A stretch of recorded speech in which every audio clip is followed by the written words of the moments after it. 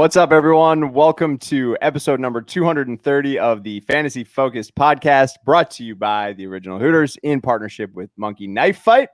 Ryan Levy here with my boys, Derek Tate and Bucky. We got the whole crew, the old school crew, back together, and we got Sam joining us here in a few minutes. How you gents doing?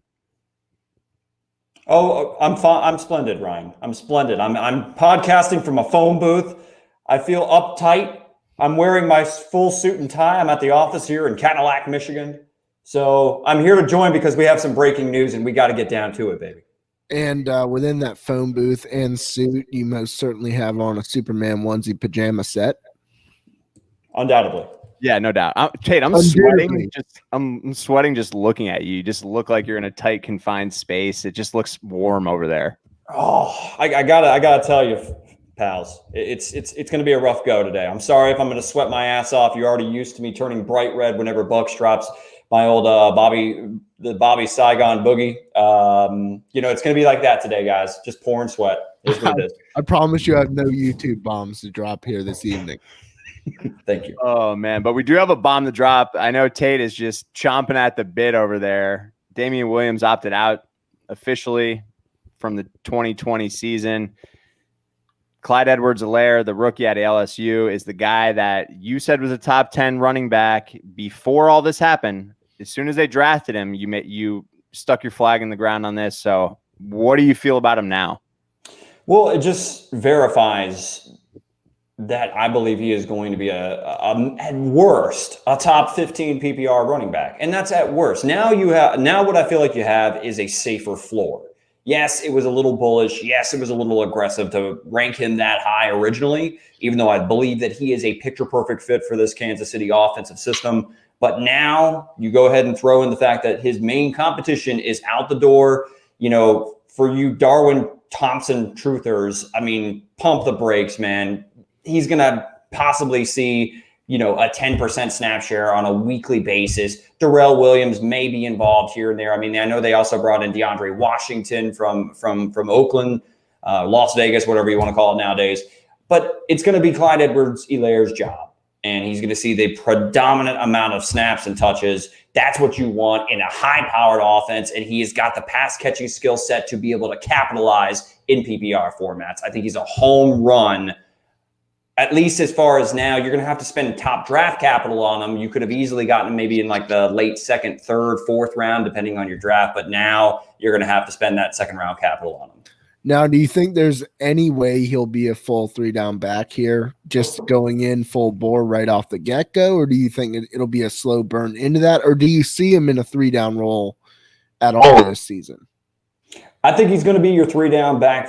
He's going to be the preferred 3-down back from the jump. There's going to be some situations where they roll in and spell him, but unless they bring in somebody else off the street, maybe Devonta Freeman or, I don't know, Jay Ajayi, Lamar Miller, some free agent veteran, then no, I think he's the best option. And I think he's going to be the guy that sees the field the most there in Kansas City, which has incredible amount of value. I mean, for me, I agree. I just have a bad feeling that they're going to bring someone else in. You guys really don't think so? What?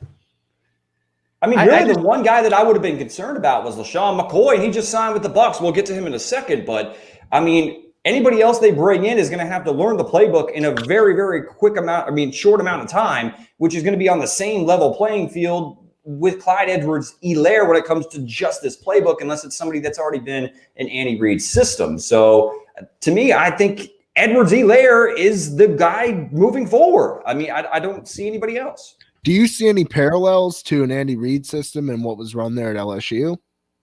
A little bit. I mean, it was more a system that was kind of carbon copy and pasted from the New Orleans Saints and Sean Payton type system. But there are some concepts that definitely Helaire fits like right into. We saw what Kareem like a hot dog in a bun, bro. Right there, exactly. Yeah. By the way, is that a sandwich? Is a hot dog in a bun considered a sandwich?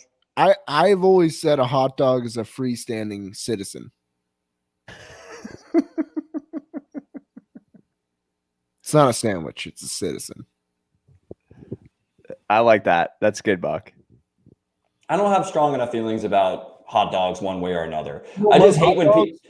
Well, I mean, I like hot dogs, but I mean, by the way, people in Chicago get, their ass chapped about, oh, get it no ketchup on a hot dog. Bullshit. I love ketchup, and I want it on every single hot dog that I eat. And what I don't want is all the shit that they throw on there. It's like straight pickle that they throw on there. Just give me a naked dog. And tomato wedges and celery salt, and it's phenomenal. I appreciate a dressed up dog just as much as I really love a dog getting naked.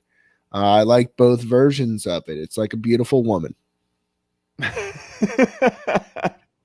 Tate, back to the situation at hand with CEH. Yeah.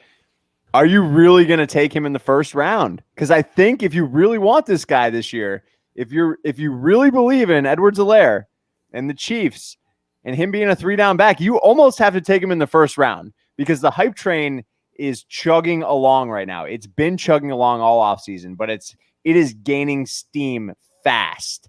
And right now, in the last week, and just to cite my source here, I'm using fantasyfootballcalculator.com, and you can filter it down to the last week. He's already creeped up to 208 in terms of his ADP.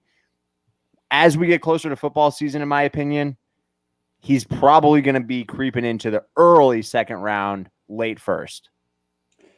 So I don't doubt that whatsoever. And if you're asking me, am I willing to spend a first round pick on him? Yes, I am. Absolutely. I think that you start asking yourself and you start tearing down the main running backs now, right? So, I mean, we got Zeke, we got C-Mac, we got Zeke, Kamara, and then Dalvin Cook who reported. He starts to get into that conversation right around Derrick Henry, Joe Mixon, Aaron Jones, Kenyon Drake, Austin Eckler. I mean, Miles Sanders for some, Josh Jacobs for some. I think he's right there in the mix. And when you're talking about the potential of this offense, that they can lead the league in scoring opportunities for a running back. And Bucky, do you think he catches 50 passes this year? Yeah. I mean, that's a hell of a floor. Probably at least 50 receptions for probably somewhere between 300 to 500 yards. That's just his receiving floor, in my opinion. Then you add into what he can do on the ground, and obviously they have a track team over there for wide receivers. So he's going to be running in a soft 7-man fronts early and often and throughout the season. So for that reason, yeah, Levy, I'm definitely willing to put my money where my mouth is on this and take him at the end of the first. All right, it's like a giant cookie, or even better, like an ice cream cookie sandwich. That's just the offense. And then you put some sprinkles on that shits. The sprinkles is the CEH. Yeah. For me, there's no way in hell I'm taking him over Derrick Henry. Probably not even Kenyon Drake. I don't even know if I'll go him over Joe Mixon. I'm still going to go Joe Mixon over Edwards-Helaire. So I probably have him, assuming they sign no one else, and even if they do sign someone else, like Devonta Freeman's not going to be a major threat to Edwards-Helaire, in my opinion, or Lamar Miller or any of those guys that you talked about. But I feel like I've still got him like around 10. And for me, I do play in a lot of leagues, so I like to diversify. You know that. So no doubt I'll get him in 1 or 2 leagues, hopefully in the second round. I just don't feel comfortable taking him in the first round. See, I think he's coming in prepared. He played in the SEC, played at LSU, won a national championship. Their offensive coordinator, I believe it's Joe Brady, I want to say his name is. Yep. He runs a pro concept offense. I mean, I really believe that this player is ripe for the picking of a top 12 pick. I mean, I think, sure, you have a natural propensity to kind of get away from the rookie running backs, which is fine, right? Usually it's that second, third year buildup. But if there's ever been a plug and play type of player, and I think Andy Reid saw it and obviously bit the bullet on it and said, we're going to go with this guy, because I believe he is truly prepared for the situation.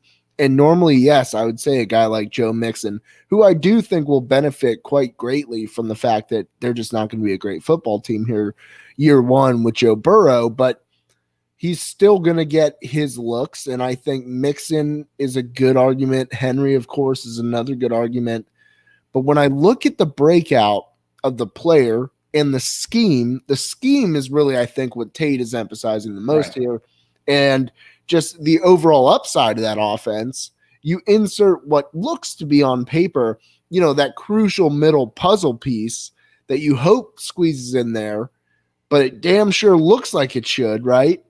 We don't know if it'll pop out or not, but at the same time, I have enough faith in the system, where he comes from, his experience, his success in the SEC, which is damn near the NFL in terms of week to week. It is not the NFL, Derek. I saw that look. Right. I know. I get it. It's as close as it gets. And I think this is just carbon perfect for this team. And I'm going to be drafting in the first round. I'll put my hand up. If I'm sitting there 10, 11, 12, you're going to have to really twist my arm for me to not take this rookie running back over the likes of Joe Mixon. Really. I mean that. Levy, it's a leap of faith. I get it because we have zero sample size with him in the National Football League. I'll take the L on that portion of the argument. And he's not. We've looked at other rookie running backs that have burst onto the scene. He's not the natural gifted specimen that is Zeke or Saquon Barkley or anybody like that. He's not that physical of. His athleticism definitely is not on par with those two athletes that I just mentioned. Mm-hmm. But when it comes to the system fit, again, it's more so what he can do in the passing game as his floor in a PPR format. And then you also just what sends it over the top, though, and the guys that you mentioned, Joe Mixon in particular. I mean, dude, that you saw how bad Joe Mixon was for the first half of last season because their offensive line was so inept that they were playing from behind all the time. That is still going to be the case with the Cincinnati Bengals, in particular when it comes to Joe Mixon. I mean, losing Duvernay Tardif is definitely a big loss for the Kansas City Chiefs, but that offense is still going to be just so potent and can put up 30 on any team in the National Football League. And you think that the starting running back is going to see a good amount of that volume all over the field. And that's where the tiebreaker goes for me when it comes to Mixon versus CEH in particular. Fair. And for me though, I'm still taking Eckler over both of those guys. Am I crazy? No, you're not crazy because you saw what he can do. He caught 92 passes last year, and Melvin Gordon's no longer in town. He's the guy. So no, I don't see anything wrong with taking a guy that has a proven floor and they just gave an extension. I get it. It makes me a little bit nervous, especially considering the fact that I don't know if they've made an official ruling on this yet, but we're not having 4 preseason games, right? So no. Whatever's happening, we're not gonna see. It's pretty much like you're going in blind. And for your first round pick in fantasy football, it doesn't give you the warm and fuzzies to go in blind, is what I'm saying. So for me, like I said, I play in 20 leagues. So fortunately, I have the ability to, spread my bullets around and be risk adverse. For those that are listening to this that only play in 1 or 2 leagues with their boys, do you really feel that comfortable, that confident, putting all your chips in on an unknown resource? How many times do I need to say it? All right. The answer is yes. Buddy, I once drafted Stephen Ridley in the first round. You think I'm not going to draft CEH? Are you shitting me? Fair. I'm wondering, Levy, what other than him being a rookie, what's the big hesitation, man? I mean, see it. I want to see it. Yeah, but you won't be able to see it. So I know. You need to rely on what you have seen, not only from the player, but from that team. Right. And what are they missing? That crucial pass catching back, that guy who is a one-cut, patient runner. Honest to goodness, I think this is a match made in heaven. I will trust it with my gut, with my loins. DeAndre Washington's going to catch 40 balls this year. Christ. Now you lost me. Hot take. Are you? I mean, I hope you're just trying to yank my chain. That's exactly what you're trying to do. Please don't yank my chain. I'm stuck in a phone booth up here and it's hot. I don't have time for this. Yeah, and he can't pay for the replacement on the old yank chain on the old phone there. All right, it costs a lot. You got to call up Pacific Bell. I don't even think they're in business anymore. But they got a guy send you a cable out there, get you rigged up. Right.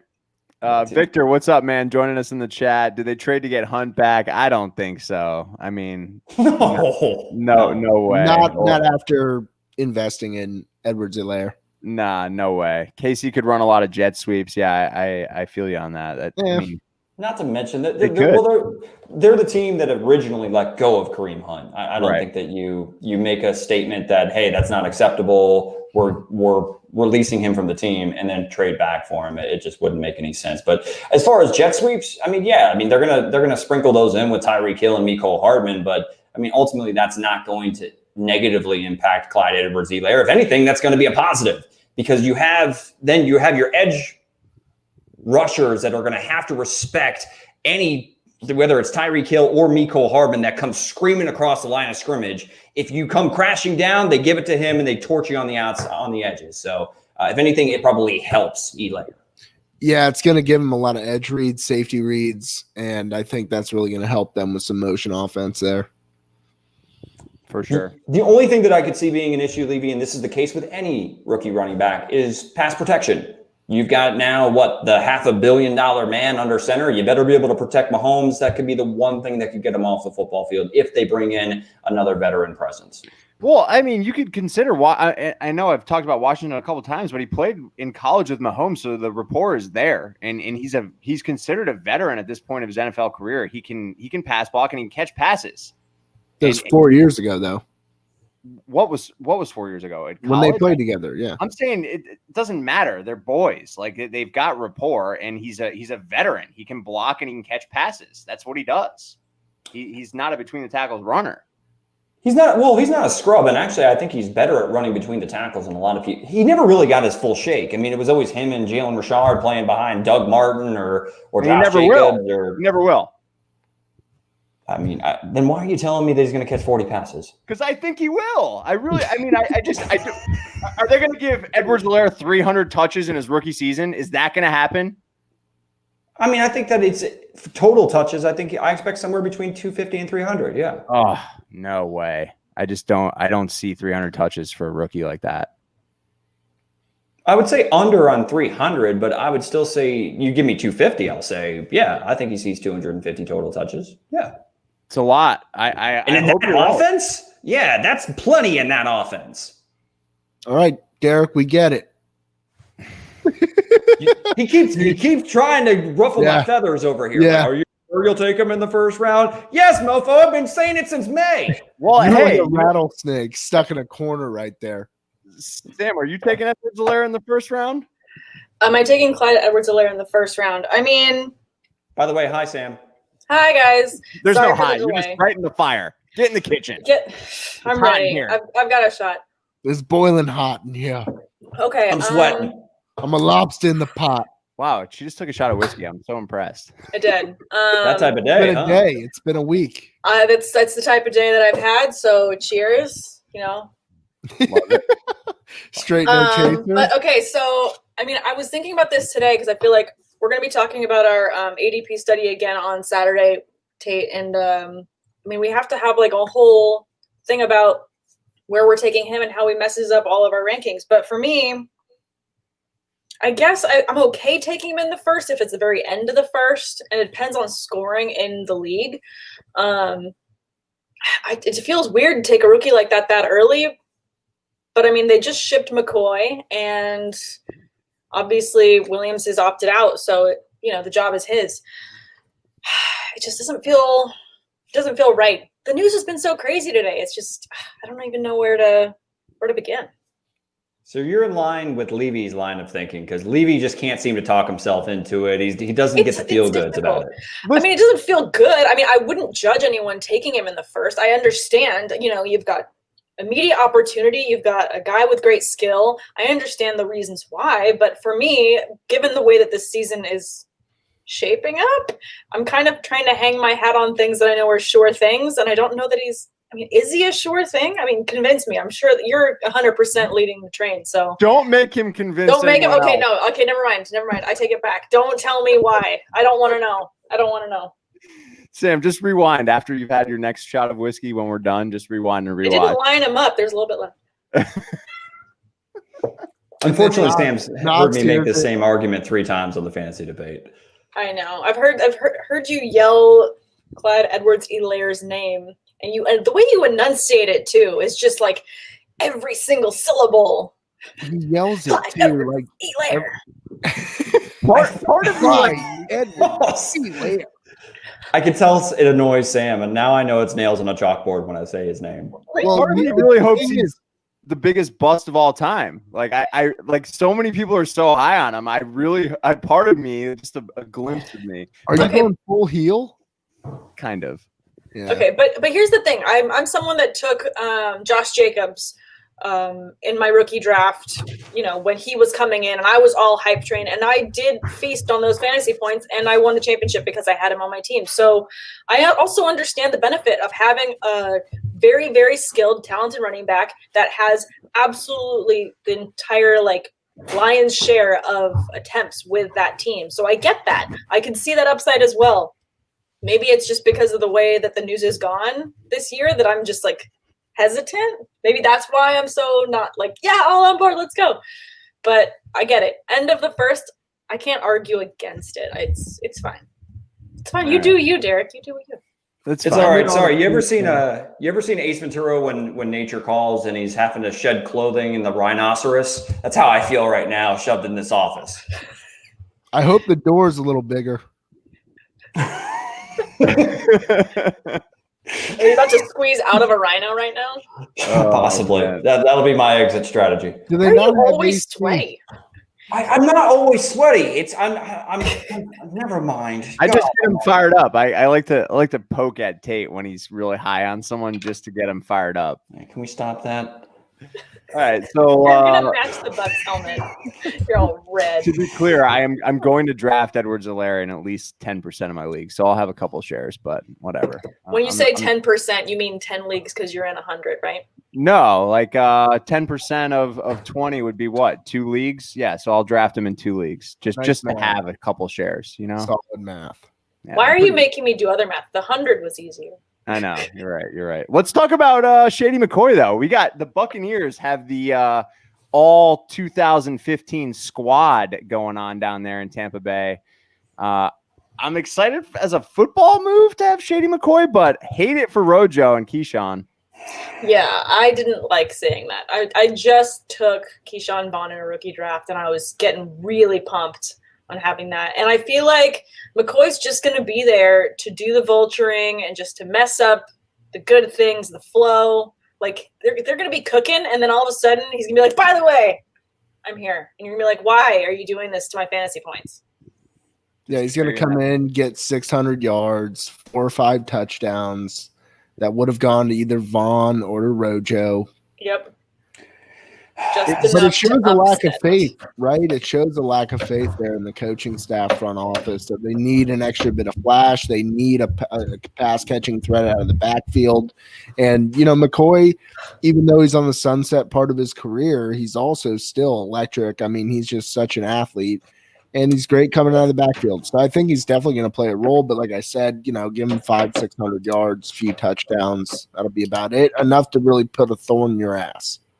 Or are we reading too much into it? And is this just a depth move and them just shoring up what they can for the season, given the fact that everyone's going to be hopefully not more people are opting out, but if someone does get sick, is this just shoring up their running back, depth? Well, Or do you feel think, like McCoy's that good that he immediately gets a job? Well, do you think that last year Kansas City did it just as a depth move? I mean, last year they force-fed Shady McCoy towards the beginning of last season. And, I mean, look, we didn't sign LaShawn McCoy. We signed his ghost. This is not the same guy. He doesn't have the same burst. He's not the same electric player that he was back in his days in Philadelphia, in his earlier days with the Buffalo Bills. This is not the same running back. No disrespect to him. He is still a competent veteran. But look, Shady McCoy, here's the problem. This is like when I'm going to make the analogy when I make a pizza and I expect to be able to eat the whole thing to myself. And then at the last second, Kelly comes in and eats at least 1/3 of the pie. That's what it feels like with Shady McCoy here. I wasn't planning for this when it comes to Rojo and Keyshawn Vaughn. Now it's going to be a hot mess, similar to me in this room. I feel like we've got some analogies here with you eating. Force feeding, I'm just imagining Kelly trying to give you any source of vegetables, and that's going to be what McCoy is in this offense. Is that what we're saying? Well, I got one for you, too. He's going to be running around with that damn loaf of bread in his hand because he doesn't know how to hold the football in his old age. It's the most obnoxious thing I've ever seen. But maybe they just did it because Keyshawn Vaughn's got COVID right now, if I'm not mistaken. So he does. He's on the list. So I think that's probably I think it's an insurance move. Like you're saying, I mean, it's the ghost of Shady McCoy. I don't feel like he is that playmaker that's going to, immediately take over. So this has got to be just an insurance, a safety move. We've got a capable guy and a veteran. I think it's just a safety move. I love that Tyler's shipping in the comments right here. The bread loafing, he doesn't fumble. So he does it his own way. I don't know how he doesn't fumble more, but he doesn't fumble too much. Thanks, Tyler. I'm here for you guys. Tyler, I'm jumping in. I just get concerned when it comes to Shady McCoy. And I mean, because I was excited about Keyshawn Vaughn and I know that, obviously we're all hopeful that, he makes a full recovery and everything of that nature. But given and hoping that Keyshawn Vaughn would actually make a full recovery, Levy kind of mentioned it before with someone like Zeke Elliott. Like, does it like help his fantasy outlook potentially that he's already contracted the virus and potentially doesn't have to worry about catching it later? I mean, granted, we don't know all that, but it was something that I was looking at it potentially like that for Keyshawn Vaughn. If there's time to miss, it's the very beginning of training camp. But now they made a move to go ahead and add depth in the backfield. And like Sam already said, quality depth. I mean, say what you will about Shady McCoy at this point in his career. He is still a competent veteran. Right. We got a question in there from Victor before we get into our mock draft here. Wentz or Josh Allen? Bucky, I'm going to let you go first on this one. No, it's Josh, man. It's always been Josh. He's got – I'm pretty sure that Bucs has a Josh tattoo on his heart. On his ass. Josh. We don't need to talk about my many tattoos, okay? Yes, one of which is dedicated to Josh Allen, of course. That night in 2018 turned my life around. But we're talking about drafting him, folks. Okay. I was at a sports bar in South Boston, and I nearly collapsed from the table. We getting a delivery there? Hey, Lindsay. We got a delivery of a tequila drink, so I'm trying to keep up. Cheers! Keep up. Cheers. I've already had a shot, and there's definitely at least 2 shots in here. So. But for me, to be like completely pragmatic about it, I think Josh Allen's got the weapons now. I think Josh Allen is going to lead a better Bills offense, not necessarily a prolific offense by NFL standards. They have quite a backbone on defense. But I feel like with the rushing upside, you can just shoe in Josh Allen's 6 rushing touchdowns with 400 yards rushing. You can shoe that in. So right off the bat, you have quite a bit of a floor there in terms of where he's going to go through the passing game with the new weapons with Diggs, Beasley, Brown, Dawson Knox hopefully turning the corner, Tyler Kroft hopefully being healthy, and you add in Zach Moss. I really like this entire offense, and I think that compared to what the Eagles have to offer in terms of their receiving core, even though they added Jalen Reagor, I still believe that they're going to struggle a little bit this year. They're going to be good, but I think this is the Miles Sanders year for the Philadelphia Eagles. So I'm going to go with Josh Allen here. So when it comes to the answer for me too is Josh Allen. Don't get me wrong. If Carson Wentz is healthy and is at his best and has a true number 1 wide receiver, then I'd probably give the nod to Carson Wentz. But right now, Jalen Reagor, as much as I like him out of TCU, still a rookie, still not a big body possession guy. He's more of a vertical threat. A good vertical threat, damn good one, but still going to take some time. Zach Ertz, Dallas Goedert, great tight ends. But outside of that, you got D-Jax, already I pup listed Alshon Jeffrey, and then Jordan JJ Arcega-Whiteside. So can you do that again? JJ Arcega-Whiteside. That's exactly how it's pronounced. Arcega. But look, when it comes to Josh Allen, though, I want to roll with you here a little bit, Buck. You said 6 rushing touchdowns. In his first 2 years, he's rushed for at least 8 touchdowns. I hope they take that back. I want Singletary to get the ball. Hey, Sam, Arthega. No, the best is I can carry it on to the white side. Hey, you guys hear Mike Tyson fighting again? Anyway, but Bucky, Josh Allen, we saw him like really take a step up as far as his efficiency as a passer from his rookie year to his sophomore year, just with the addition of John Brown and Cole Beasley. Now you add Stephon Diggs, and hopefully Dawson Knox can hold on to the damn football. I could see him throwing for over 3,500 yards this year. And if you add that to his rushing capabilities, Josh Allen, I think could be a top 5 fantasy quarterback. I mean, he was QB6 last year. Hell yeah. Yeah, I'm taking the Allen side on this all day. All day. You just need Wentz to stay healthy too, man. Right. Yeah, that's my biggest issue with Wentz, and why I would definitely go with Allen here as well, is just the injury history and the upside. And I agree with Bucks. I love his weapons this year. I'm excited for that. And I don't know that it's a shoo-in, but I feel like you have a higher floor as far as rushing yards and overall rushing touchdowns with Allen than you do with Wentz. I mean, crazy. At least when you know he's going to rush for a touchdown, he might not, knock on wood, dislocate his knee or do anything terrible. Right. It's crazy to look at the ADP, though. I mean, that's a good question, because if you look at the ADP, Josh Allen's going at 902, the 11th QB off the board, and Carson Wentz is going at 910, the 12th QB off the board. That's an atrocity for Josh Allen. I'm sorry. That's an abomination. I would seriously take him all day in the 8th round in a 1 QB league. It just shows you how long you can wait, though, on a quarterback. I think it really does, and I think that that's a testament to the way that people are drafting this year above all other years. I think outside of Superflex, you can completely wait on quarterback and be just fine, and if anything, shore up those positions and have great trade value later. Agreed. Sure. Superflex is wonky. It really throws a monkey wrench into shit. I mean, the Scott Fish Bowl has definitely messed with my mind as far as how I evaluate players. So it's been difficult coming back to earth after going through that and trying to evaluate players in that sense, and then just a completely different mindset shifting. So, I mean, I think that people need to be monitoring how many leagues they're in, because I'm definitely in too many. I don't even know how many leagues I'm in this year. Welcome back to Earth, Sam. It hurts. I'm in too many leagues. Levy, you get us into a mock yet or what? Yeah, so I'm a little confused because it says like on the name PPR mock, but then it says ESPN standard. So it's definitely a little bit confusing. But yes, I do have us in a mock here that starts in 2 minutes and 15 seconds. So hang tight. If you guys got any more questions, let us know. You didn't pick an 8-team league, did you? No, we're in a 12-team league. We're picking from the 9 spot in a PPR format. That just still makes me laugh that they have mocks for 8 teams. Like, I can't. Who's in an 8-team league? Look, if you only have 7 friends, you're in an 8-man league. Guys, okay, if you only have like 7 friends and you need more friends, I will be your friend to fill out your draft. Like, I will. Like, you're can't a shark in the water. They smell it. You smell it.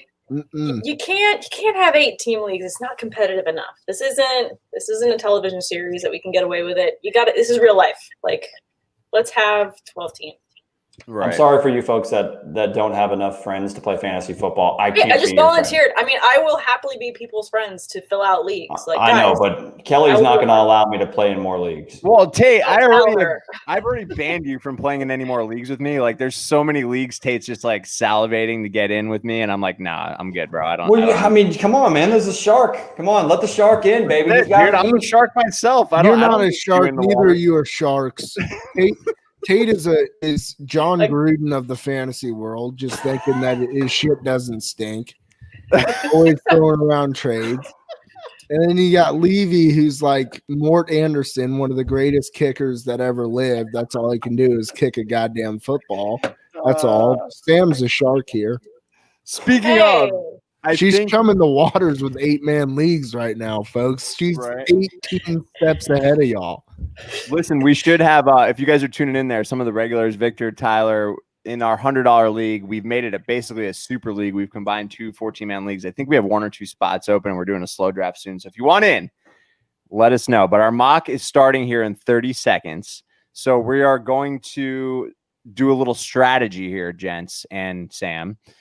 We are going to do 0 wide receiver strategy, meaning we cannot draft a wide receiver until the 7th round or later. The purpose of this is to prove to you all how deep wide receiver class is this year. So I think it'll be interesting. Agreed. Can you share your screen so we can see it? Yes. Let me just figure out how to do that. I'm just kidding. I do know how to do that. I'm sure we can walk you through that. All right. So I got my. We meditate. Oh, I guess I got to press this enter the draft button, right? It does work. Good job. You're gonna get that. You got it. Dun. Oops. Victor, slide into the DMs, dude, or shoot me a text. I'll get you an invite to the league, buddy. $100 to buy in. And I'm sorry, Victor, but I will not wear a Raptors jersey. Lakers, I bleed the purple and gold. Don't even start with me. So technically, speaking of basketball, we have basketball starting tonight, and I'm excited because I'm back into the DFS. I'm full blown into Monkey Knife Fight now. I've been playing baseball every day, getting used to it, getting my feet wet. Tater threw out some basketball plays tonight. I got the 3x you're buying riding on this Lakers game that just started. I'm going over 26 points on LeBron and Kyrie. Kyrie.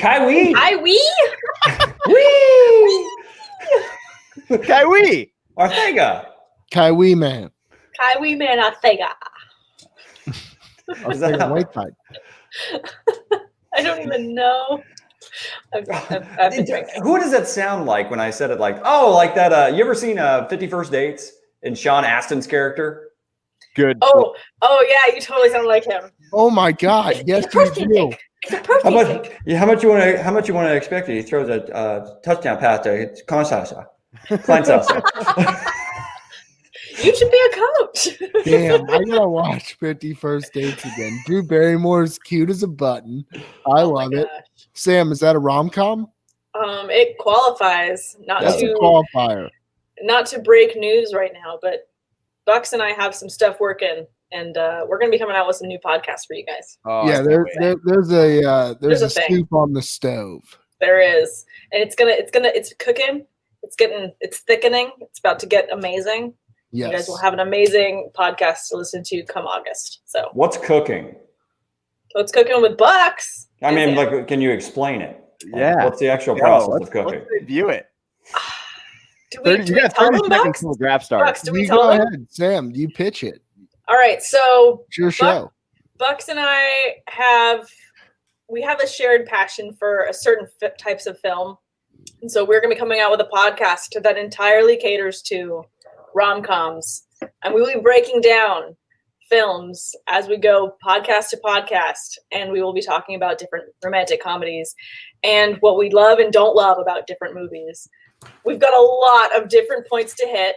It's going to be fun. It's going to just be shenanigans.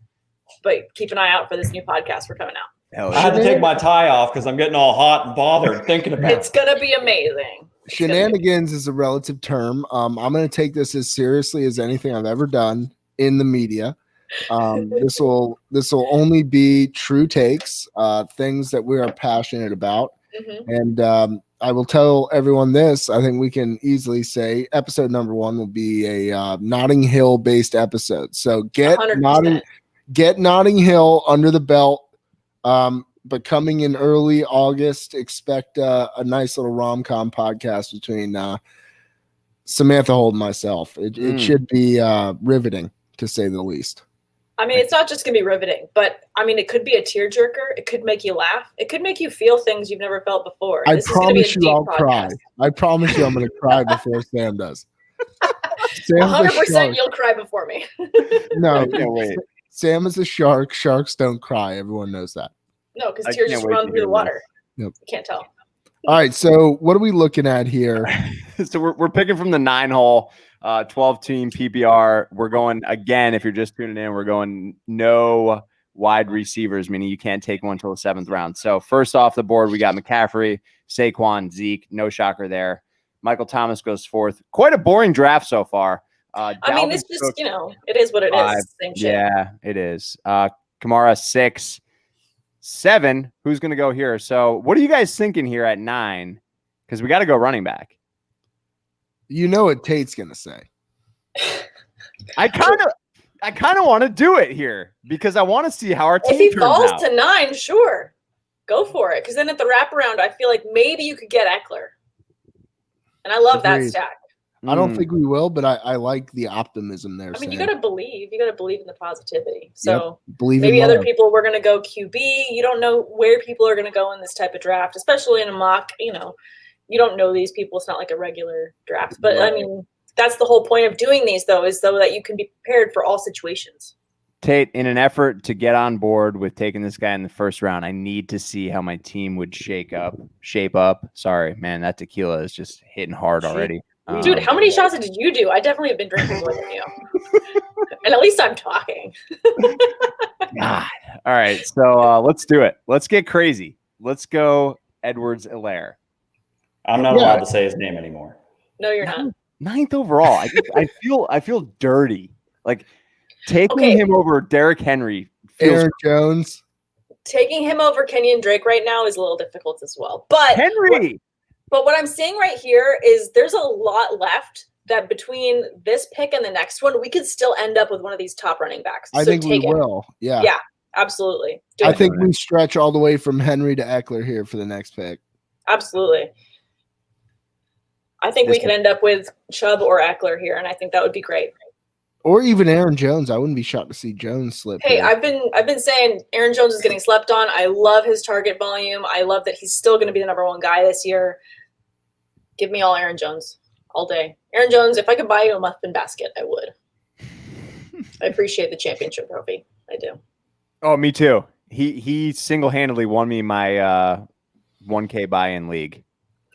I cannot believe you have a 1K buy-in league. I'm not surprised. To sound like a fantasy snob there, but is that a humble brag? You know, that's why I said 1K. I wanted to just like just slide it in there. So, I mean, when are you buying us drinks? Is what I'm hearing. Like, I don't enter 1K leagues just casually. Send me a muffin back. I'm a graphic designer, for crying out loud. I can't do that. Oh man, you know, I'll show you guys ways. So good. All right, so who went after we took CEH? So then it went Julio at 1.10, then Tyreek the Freak at 1.11. So we are at the wraparound here with Fishman. Nice. See, this is why this is a great strategy too, because the guys we just talked about maybe we would miss out on might still be there. Oh, we're getting a good team here. I'm actually really liking the way this is shaking out here. Oh yeah, shaking and baking. Shake and bake, baby. That's the only thing too, though. I mean, I wanted to try and get one of these later draft positions to analyze who we get at these later picks, but it is that long wait between picks after you get this great, juicy wraparound pick that you kind of wonder what you're left with. But I think if we're going running back heavy, I think we'll be all right.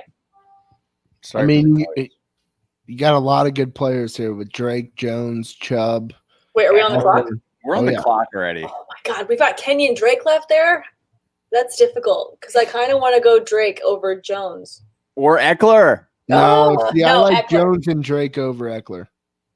Tate. But have you seen his Instagram posts? Who? Eckler's. His abs are just like rolling. He's got like a 12-pack right now. He's a physical specimen. Yes. Damn it. If you want to go floor, you got to go Eckler. But if you want to go upside, you go Drake. Levy, it's up to you, pal. Drake. There you go.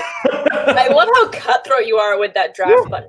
Man, I'm sweating over here. I'm sweating like Tate in the studio. Hold on now. If you're sweating, why are you still so like evenly skin toned? Like you're not flush at all? Or Is Tate gonna remove his shirt next? Is the only question I have.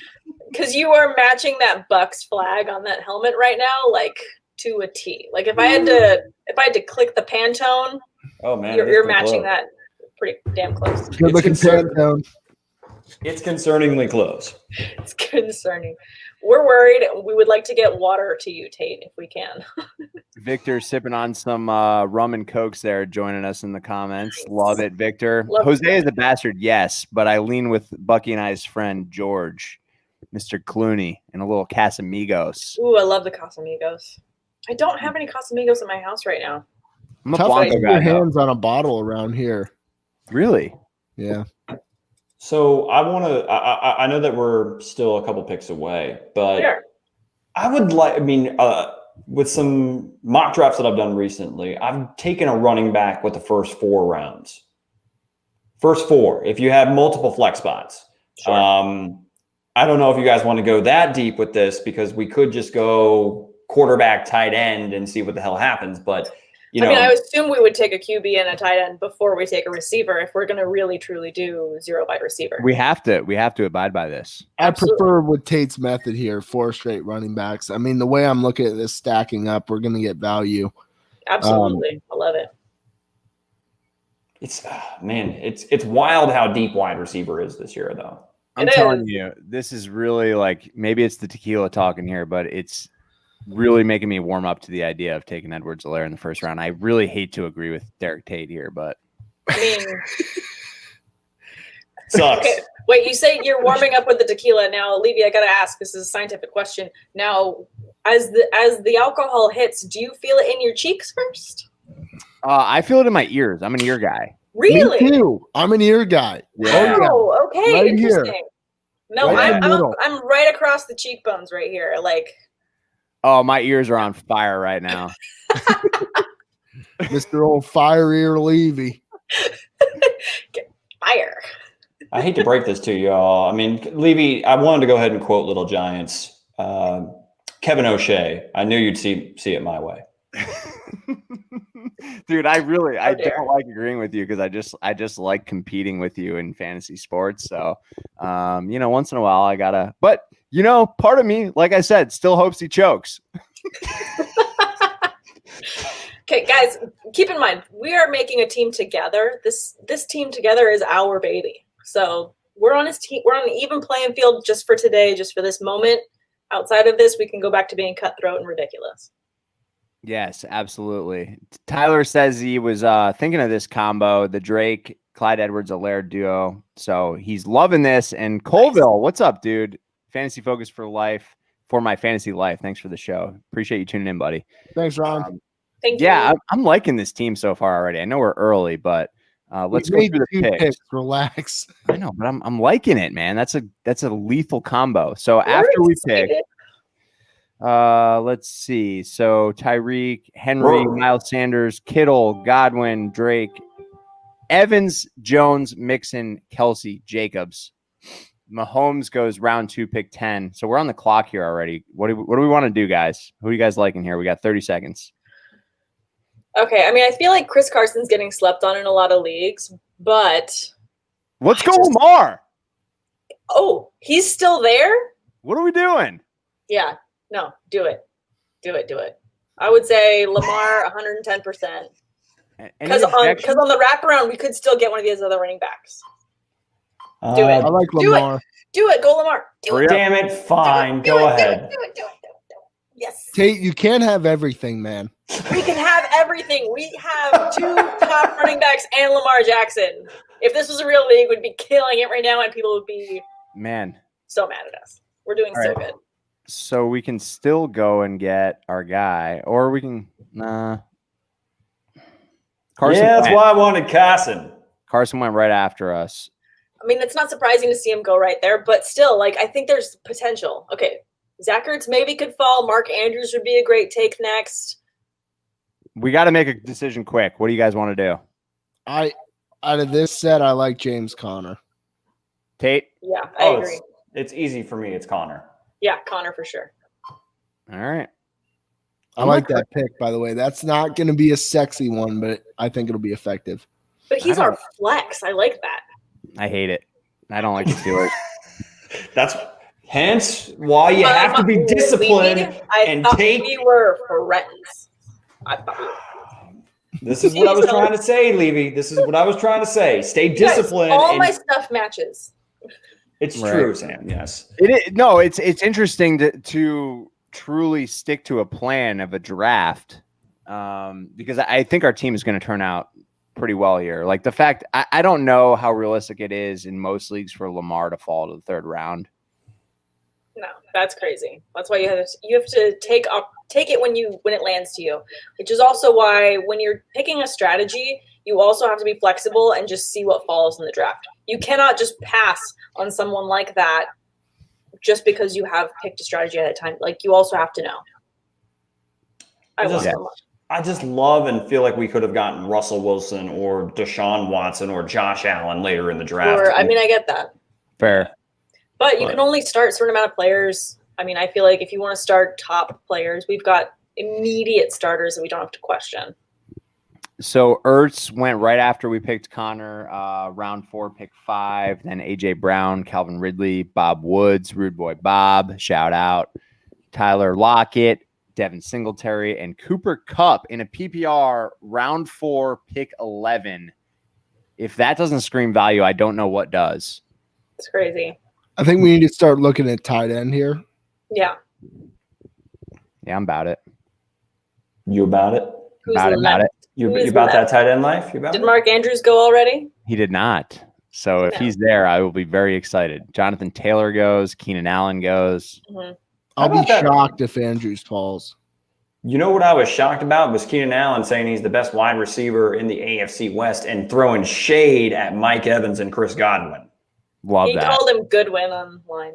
That was good. Wait, we're not in the AFC West. The Bucs are on the NFC South. You meant the NFL? No, well, he was the best in the NFL. He was being pissy about the NFL 100 rankings and that Godwin and Mike Evans were both ahead of him. So, it really chapped his ass. He went to Twitter and tagged the wrong Chris Godwin. It was Chris Goodwin. He tagged some random bum. It was so funny. That awesome. It was amazing. He's like, yeah, Chris Goodwin does suck. Like, it was so good. Okay, it looks like Mark Andrews just went. I always disrespect my enemies on Twitter by tagging the wrong account. Right. That's exactly how I take war. The fact that Gronk just went ahead of Mark Andrews is absurd. I think that just goes towards all the hype that's happening right now, though. Andrews off the board. Yep. Yeah. So for me, who's at running back right now? Because I mean, to me, I would rather wait on Waller. You know, okay, I like Monty. Swift. I like Montgomery. I like Monty. Oh, there he goes. Shit. Bye, Monty. What do you guys want to do? I don't mind Mark Ingram at all. Ooh, yeah, I like that. Do you guys want to go? It's the number one. What are you going to rely on? Offense in the National Football League. Okay, Cam Akers is going to be in running back by committee. Rojo, they just got McCoy. So we discussed that. Like, Mostert's there. Okay, like, Mostert just signed his deal. So to me, okay, I would go Ingram or Mostert right here. I know I how prefer Mostert because we already have some of the rushing production there. we go. Lamar Jackson. Yeah, let's do it. All right. We're done at running back now. No more of this nonsense. This team isn't going the way that I hoped. Well, we're going to get a tight end with our next pick. It's going to be awesome. Let's go. All right. So we can get Mark Ingram. Just take them both. What are we going to do? We can't start them all, though. We could go. I like Evan Ingram a lot this year if we're going tight end. It's okay. I'll just take the L again. Come on, hurry up, guys. What do you got? Yeah. I mean, you can go Ingram or What about Higbee? Too early, dude. We can get him later. Go Ingram here. I think that's a good pick. Bucky, Tate. I'm fine with it. You guys have Ingram higher than Higbee this year? I do. I can go Ingram, you guys. Just Hey, we just took you over on this one. this sucks. I like this team. Thanks for making this a group exercise. Oh, we have. You got the number one but then pick. it turned into a democracy very quickly. Hey, you get to sell us on the first receiver we get to pick here on the way back. No, I don't want to hear it. All right, go into your corner. Turn around. I'm already in a corner. I've already been stuffed in a locker. No, go deeper into the corner, please. Mute yourself. Back away from the microphone. Tyler shouting you out there. I got my niece joining in here. It's got to be almost bedtime there in Florida. Shout out Cooking with Jace. I see you out there. Bucky, you see that? You inspired my niece. She's got her own cooking channel on YouTube now. That's awesome. Love it. I hope she's Big cooking supporter more than of- ham steak. Big supporter of independent cooking shows. Oh, yes. Oh, yeah. All right, what else we got going on here? Lakers are up 9-3, just for the record. How many points for LeBron? We got the over. I've been silenced. Definitely going to be over. Whatever points you picked, it's going to be the over. He's playing hungry. He's playing like the way that Tate probably feels about the burrito he needs to eat for dinner. You want to talk about hungry? I've been intermittent fasting. I didn't realize how hungry I get between the hours of 9 a.m. and 11 a.m. It is brutal. Dude, the intermittent fasting is where it's at. I've been doing it since New Year's, and that's the only reason I've maintained my weight through quarantine. I've been eating a lot of cookies, and it doesn't matter when you're doing the intermittent fasting. No, it all matters, Sam. I mean, I'm living proof of that. Okay, I did, I guess, work out during my lunch. It's fine. But... Yeah. Well, I do 2 days now. Do you have a spin bike? No, I wish. I can't afford things like that on this job. I got it on Facebook Marketplace. It was cheap. But I'm hungry all the time. Somebody hit the subscribe button so Bucky can get himself a workout bike at home. Tate, I got to tell you, man, I don't feel great about these wide receivers. So who are you picking here, buddy? Are we on the 7th pick now? I told you. You go ahead. You made this bet late. Pissed him off with not taking Higbee. So where's Tyler Boyd? What am I supposed to do right here? Is Boyd there? I kind of like John Brown there. I don't. Boyd was drafted. Oh boy, that's not good. Oh Boyd, ugly. Hurry up. All right, change my position. Change it back to receiver, you jackass. Yeah, we can't see. I like John Brown. Anyone else? Safe pick. Go for it. This is terrible. This is a terrible strategy. I feel like this is a bad experiment. I don't like this anymore. It's not a bad experiment. It's an experiment. Yeah, it's okay. There's no bad experiment in the name of science. Now we're on the clock again. Okay, so scroll up. Absolute dumpster fire we got going on over here. Not a dumpster. Christian Kirk right there. Christian Kirk. Deontay Johnson also great. Yes. Well, as my wide receiver too, I'd rather vomit. Come on. Jameson Crowder's fine too. I mean, you're overlooking Jay Crowd. I agree. I kind of like Crowder there. Yeah, there you go. Just go Crowder. Oh my God, I hate this. Hey, you might hate it, but I like the way it looks. It's gonna work out. Don't worry. We got a lot of upside. You need to calm down. All right, so here's my new tweak to this strategy. This is good that we're doing this. Tyler, I like Brown. I'm with you. For me, I think if I'm going to deploy this strategy, I'm going to go 6th round. 7th is too far. Stretching it a little bit too far. Like I felt like if I could have drafted a receiver in the 6th round, I would have been happier. I mean, I understand, but I mean, just like Taylor Swift says, you need to calm down. Yep, like Taylor. I love Tay. Just love that T Swift. You guys listen to that new album? Absolutely not. I did. I did. I like it. It's chill. What's an album? On the 6th. Oh, yeah, one of those. I'm sure it was fun. Brown over Kirk or Johnson, Victor wants to know. Are we crazy for that? No. John Brown loves Josh Allen, and Josh Allen loves him right back. It's a bromance. It is a bromance. I think he's going to have a good year with Diggs there. Oh, yeah. I think he's going to help him a lot. Nobody can put it in the bucket like Allen, as well as soar well over the bucket like Allen. And there's nobody that can track it down like John Brown. Great set of hands. Great skills on the sideline. Mm-hmm. Oh, yeah. I always try to rhyme. Oh, yeah. I mean, that's how you know the analysis is good, is when it rhymes. Of course. I kind of got my eye on Emmanuel Sanders this year in PPR formats. I would have gone. Oh, damn. Deontay Christian Kirk is still there. Love that. Slayton's still there. Sanders is there. Don't mind the Preston Williams there either. Yeah, don't sleep on him. He's a go. I feel like Christian Kirk is a bit safer. You guys good on Kirk? Is that the consensus here, though? I would actually go with Preston Williams. I agree with Preston Williams here. Really? Yep. Tua's cleared. I just had someone offer me a massive trade for Tua, and I said no because dynasty. You just gave me a pick in the 9th round. Thank you so much. Sorry, man. I had to give you some rope there, Tater. Throw me a freaking bone here. All right, so now we can get my guy Emmanuel Sanders, right? You're really high on Manny. Yeah. I'd rather go Jalen Reagor. Yeah, I agree. I mean, no, I like. We're on the clock, aren't we? Bucky, who'd you like? I'm with Tate. You know I'm a Rager guy. Oh, CeeDee Lamb. He's not going to be there when it comes back around. I don't like Manny Sanders. I don't like Bob Anderson. I prefer Reagan. All right. Don't like it. I could tell. I don't remember who it was. One of the people you interviewed on, I think it was Field or Barry, Sam, that said, like, they kind of blew my mind with no rookie receiver being a top 30 fantasy option. Oh, I think that was Barry. What's our fourth receiver? That kind of, I know. It just kind of made me like go, you know, it was an interesting take, and I kind of agree with it. I just don't. I'm not intrigued by the San Francisco passing attack. Bob Anderson is a 3-route man. You can take it or leave it. You know, everybody was overdrafting him last year. I'll be a guy that underdrafts him for sure this year.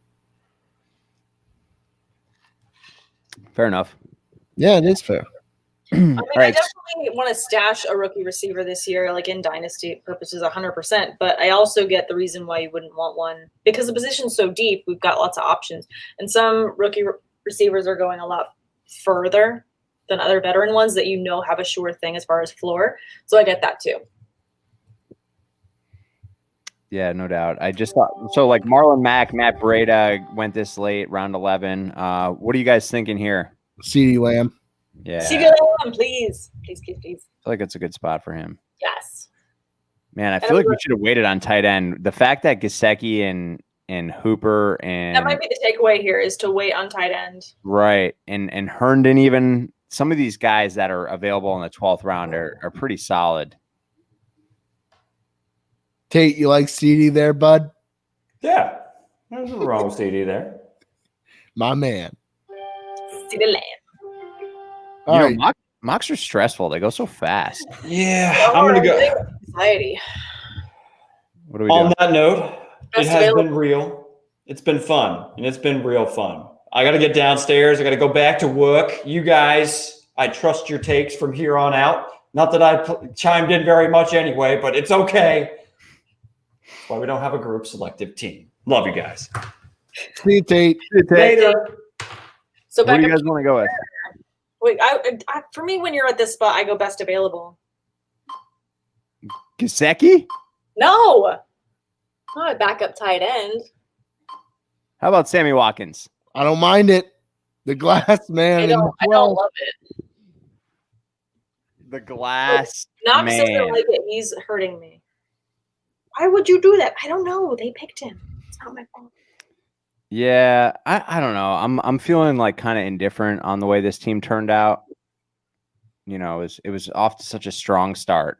I think that's just, I mean, like you were saying, though, I feel like if you're going to do the 0 wide receiver strategy, maybe not wait to the 7th round. It's okay. It's okay if things don't work out, especially when it's a mock. Yeah, I mean, this is what this is all about. This is practice, right? So I think an interesting route here is to maybe not draft Lamar in the 3rd round and wait on quarterback and even wait on tight end and not draft your first wide receiver until the 5th or 6th round. Mm-hmm. If you want to build your squad that way, I think I would really like the way the team turned out. I really don't mind the way it turned out. I think we have upside at the wide receiver position. I think we are very, very solid at running back. Let's see what falls to us here with our flex. What are you eyeing here? Anyone else? Victor's shouting for Michael Pittman Jr. His dad's got big guns. I feel like Pittman has a lot of upside. So I do like him. I'm targeting him in a couple leagues. I mean, in single quarterback formats, how late are you waiting to take a backup quarterback, especially given that COVID is going to take an effect like on all teams? Like, I feel like maybe I would take a backup quarterback sooner than normal. It's an interesting point. I thought about it here because when we picked Sammy Watkins, all the way in the 12th round, Aaron Rodgers was available. Like, you got to be shitting me. Yeah, that's kind of crazy value right there. I mean, in real life, I'm spending at least $100 to get into a league.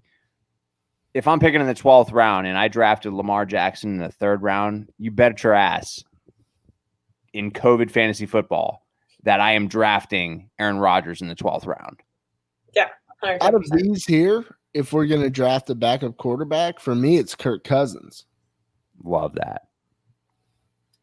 I mean, I get it. Mr. Dependable, Sam. He is Mr. Dependable, but what's shocking to me is just the amount of volume that Jared Goff gets, and just the amount of he's actually had. When you're looking at completion percentage, he has a pretty high completion percentage just based on how much he throws. Okay, because it's a high-powered offense. So to me, I don't want people to sleep on Goff just because they don't. I mean, yes, he does have some really bad deer in headlights, Eli Manning-esque faces. So that, I mean, I'm sure that puts off some people, but he actually has a really high volume there in that offense, and they're not changing that strategy. So to me, I feel like volume for throwing, I would rather have Goff than Cousins. I leave it to Ryan Levy. Oh God, I can't get behind Goff. That's such an LA homer pick. I understand, but I'm just saying. I would go Goff. You know what I really want to do there? I wanted to just throw both of you a curveball and go with Baker Mayfield because I think Baker's a top that would be gross. So gross. All right, let's get another running back. See what's out there in terms of PPR threat. Love it. All right.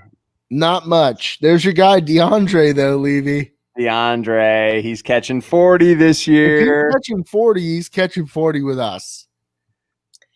I mean, I think Jamal Williams is still going to have a good floor in Green Bay. I mean, he definitely was a vulture last year. I don't see AJ Dillon taking that much of a bite into that just based on consistency. So I get why, but oh man, Bucks, you make me feel like I want to put my money where my mouth is though. Sam, do it. Sam, you sold me. Okay. I want to talk on the last one. Sam. All right, we're good, right? We are good. We have finished the mock draft. Here, I'll run through our team real quick so you guys can see. So just to be clear, we went with a 0 wide receiver strategy here. We held ourselves accountable and we're not able to draft a wide receiver till the 7th round or later. So we ended up with Lamar Jackson. We drafted him in the 3rd round as our QB. Edwards-Helaire. We drafted him in the 1st round after our debate earlier in the episode. So we drafted him 9th overall. Kenyon Drake with our 2nd pick. Wide receivers, John Brown, and Jamison Crowder. Obviously not great. Evan Ingram and James Conner in the flex. And then in terms of our bench, we've got Raheem Mostert, Preston Williams, Jalen Reagor, CeeDee Lamb, Sammy Watkins, Kirk Cousins is our backup QB, and Jamal Williams. I like it. I think it's good. I think there's a lot there, and I think if you had to play with this team in a league going forward, there's obviously going to be other teams that did not draft as running back heavy that are going to be hurting immediately that you can completely take advantage of. So you have to think about it that way too. So, I mean, if we were to adjust the running back strategy and maybe only go 6 rounds deep, I'd be fine with that. But, I mean, don't look a gift horse in the mouth when you've got that stack and other teams are not going to have that. You can totally take advantage. Yeah, I totally agree with you, Sam. I like what we stacked up there. All right, fair enough. So just a slight tweak for me on the strategy, but I like the meat of the team, if you will. The meat. Yeah, I do too. I think it's solid. Well, it's been fun. Bucky, anything bothering you this week? Just curious. I've been having cravings, food cravings. Like I've been eating the same thing for 4 weeks now. And this is the first week where I wake up and I have an instant craving. And this week it's bagels. Like every morning I wake up and I want a bagel. I haven't had a bagel in probably a year, no joke. But for whatever reason, like bagels are in my head. So I didn't want to turn this into what's bothering me, but more posing a question. What is the best bagel? So bagel type / topping combination. And we'll start with you, Sam. I'm not the person to go to for this because you don't like bagels? I mean, I used to like bagels, but I am someone who is less tolerant of the glutens than other people. Same. So I don't tend to lean towards bagel, but give me a toasted chocolate chip bagel, a little bit of butter, sprinkle of the raw sugar, like a turbinado, like cane sugar. What are you talking about right now? I've never even heard of anyone that puts sugar on their bagel. Okay, I'm sorry. I like sugar and I like butter. I'm sorry. I don't like cream cheese. I don't like any of those other weird toppings. the herb. Don't crap. apologize for being like yourself. This is 2020. I like I'm all butter, I about like that. chocolate, and I like sugar. So if I'm gonna have something that's that carb heavy, as dense as a bagel is, I'm going, Oh my all in goodness. on it. Okay. I mean, that surprising number one to hear the chocolate chip bagel, but then the raw sugar, what did you call it? Torpedo sugar? No, this is turbinado, like sugar in the raw, like the cane sugar. Like if you got like melted butter on it and then you just throw Okay. that on for like a crusty, like, it's those big sugar chunks. Okay. That's fair. I feel like I just learned so much about you. I know. I feel Yeah, like that we I just- basically should have diabetes by now. Yeah. yeah, like we just got into chapter 2 of Samantha Holt. Sam sugar likes sugar. bagel. Oh man, I love a good bagel and a schmear, a good old fashioned regular cream cheese schmear, Buck. I'm not. Wait, I'm not just gonna a regular bagel? No, not a plain bagel. No, I'm not a psychopath. Okay, well that's what I'm asking here. I'm saying I like a regular schmear. I don't want any fancy cream cheese. I don't want any chives in my cream cheese. I don't want any veggies in my cream cheese. I want regular cream cheese or reduced fat cream cheese only. On top of, now this depends. I'm a bagel expert. I love a sesame bagel. I love a poppy seed bagel. I love an everything bagel even.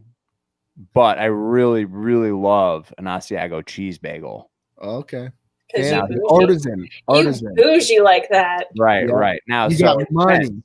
Like, are we going to the local Starbucks to get a bagel with a schmear? No, absolutely not. No. No. We're Okay, going good. to a bagel joint. Yeah, you're gonna go to big. But are we going to a bagel joint chain? Like an No. bagel Like bros? your local bagel joint. All right. You're So gonna like, go somewhere where the person making the bagels has been doing it for at least 20 years. Right, Minimum exactly. 20. shout out it. to Sweet Bar here in Oakland. So I got a local bagel joint. They make them hot and fresh. No Damn. need to toast. They're soft and squishy. So I'm gonna go with an Asiago bagel, Like it. non-toasted, with a schmear. Be the schmear. Okay. Bucks, now you gotta level up because apparently I'm sure that you're doing it better than the rest of us. No, I'm not. I'm very old school with the bagel. I prefer two types of bagels, distinct types of bagels. So my number one has to be a sesame seed bagel, fresh, non-toasted, sliced warm with a schmear of regular old cream cheese on it. Mhm. I don't know that there's a better flavor combination for the morning time than that with a nice iced coffee. But when I'm feeling like real frisky, like maybe I had a few too bevies the night before, I'm going with an everything bagel toasted with butter, cut into fours. Oh, veteran Like it. move. Yeah. I like it. See, Cut toasted into with fours. butter is a clutch move, and that's what I did with my choice. I love a good melted butter into a toasty bread. Can't beat it. No, you really can't. But there's something about an everything bagel. It's got to be cut into fours. If it's cut in half, I don't like it. I need 8 pieces of bagel, all drenched in butter, toasted as all hell, with that everything seasoning on top. Oh, Wait yeah. a second. This sparks another question. You said 8 pieces. Do you separate the bagel? Like when you eat a bagel, do you eat half and half, like open faced? So the butter bagel with the everything usually comes together, but I eat each piece of the butter slathered bagel individually. So there are 8 You pieces. can, that way you maximize butter coverage. That says a lot. That says a lot about you guys too. Like all about butter I want a coverage. bagel sandwich. Levy, when we were growing up, your go-to order was that same everything bagel cut into fours. Like, what are you talking about? But together, like I wasn't a psycho and I didn't separate it once. I it was always separated. Savoring the goodness. How What do you think- dare you?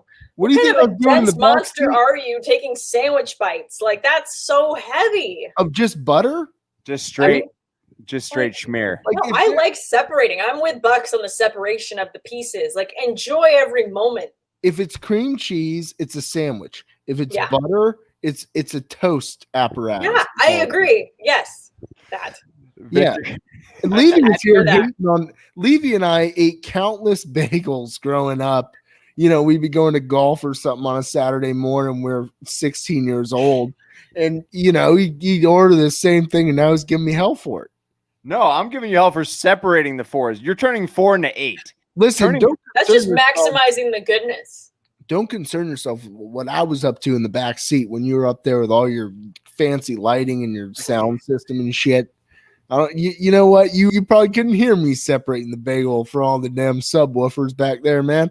Dude, that 2012 Jeep Grand Cherokee probably still has cream cheese stains in the back seat from old Bucky riding dirty back there. I always rode dirty with the bagels. Anthony Davis got poked in the eye. Just Good. No, not good.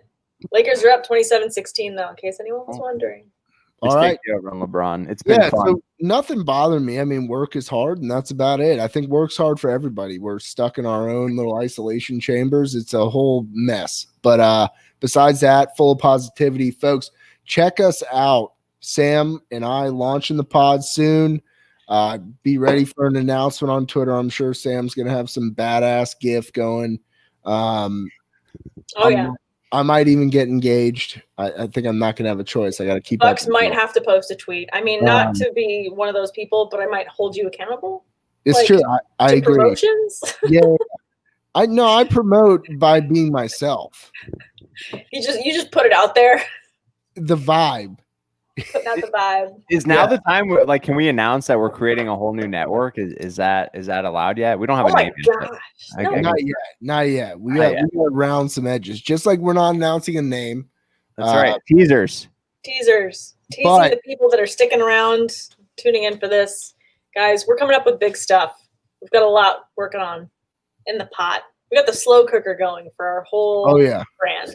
We got a brisket. We got a brisket on the smoker.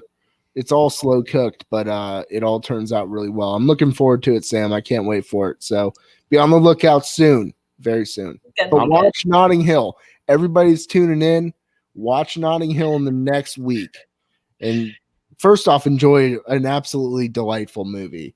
But number 2, take notes. Take notes because we're going to school on it. Looking forward to it. And Victor, I love bacon on my bagels too, especially with the schmear. I mean, that's just next level shit. But anyway, thanks for tuning in, everyone. As always, it has been fun. Bucky, it's pronounced Jiff. Will Jenkins says, Gift. What's up, Will? Listen, if you spell gift GIFT, you spell GIF GIF.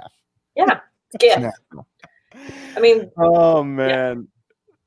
That's all I got. Thanks for tuning in, guys. Appreciate the love and support. As always, make sure you're hitting that subscribe button if you're new and like button, whatever all the kids are saying these days. Talk to you guys soon. Bye. See ya.